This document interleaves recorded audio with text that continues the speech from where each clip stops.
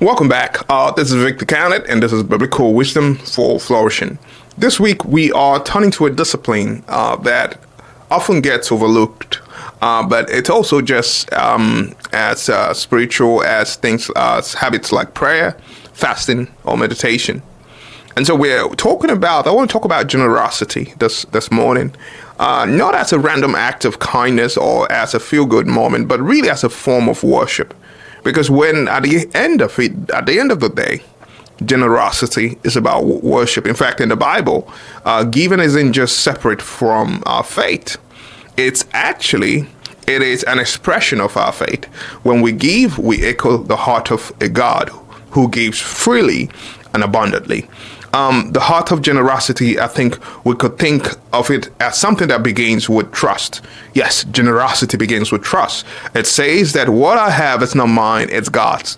And I can share it because I know that God will provide. Now, that's what Paul meant when in 2 Corinthians 9 verse 7, when it said, each of you should give what you have decided in your heart to give, not reluctantly or under compulsion, but for God loves a cheerful giver. Notice in the text, it doesn't just say rich giver or larger giver, but just a cheerful giver, right? Because at the end of the day, the heart matters more than the amount. Of course, we could also think about the woman that gave the poor widow that gave 2 small coins.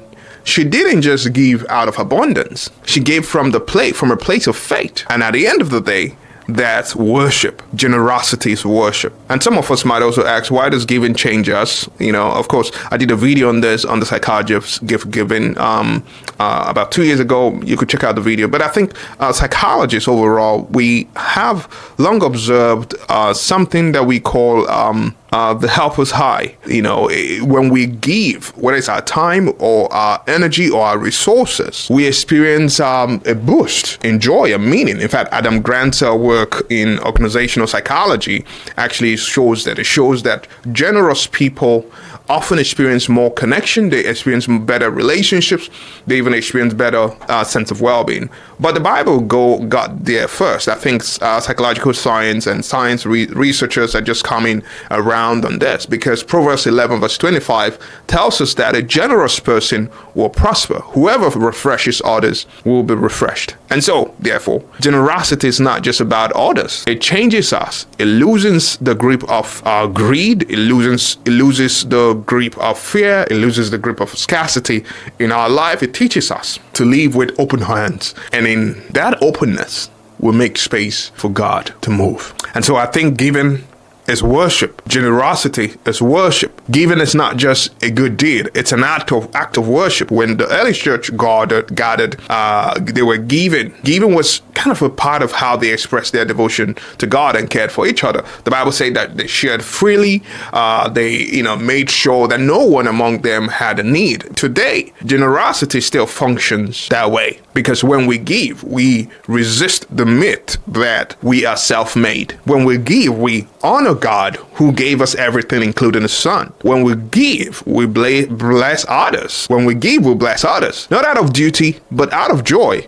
And just like prayer and fasting, this other spiritual habits, generosity teaches us dependence. It reminds us ultimately that God is our source, and our role is to be good stewards, not owners, right? But also, I think for those of you as you're listening to me this morning, I want to challenge you to practice generosity this week. What does this look like in our everyday life? What would this look like in your everyday life this week? What would this look like in your life this week? I would say that you should start with one act of giving this week. Maybe buy groceries for someone in need. Maybe send an encouraging gift or a note to someone. Maybe send a text message to someone that you've not communicated to in a long while. Maybe give your time to someone who needs to be heard. Tithe intentionally, perhaps, or support a cause that actually reflects God's heart. And don't forget the small things, because generosity can look like making space in your day for someone else, listening when you are busy, encouraging someone when you are tired. Those are all acts of generosity, And so as we end,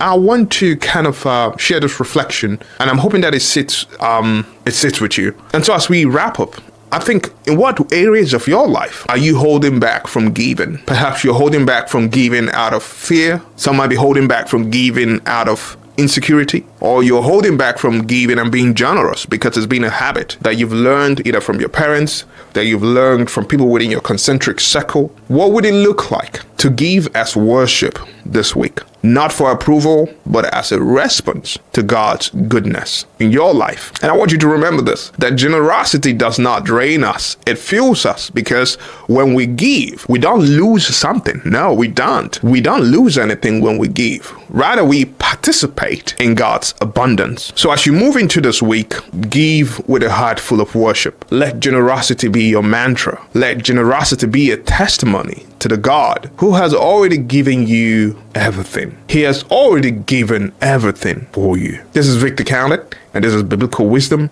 for Flourishing. I look forward to seeing you on the next one and next month. God bless you.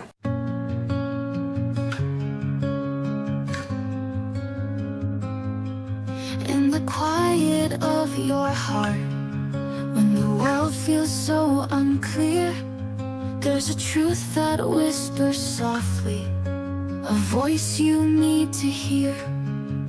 You're more than just a moment, more than what you've done. You're a masterpiece in the making, a beloved chosen one. Who you are to God is more than words can say. A precious child, a shining light in every single way.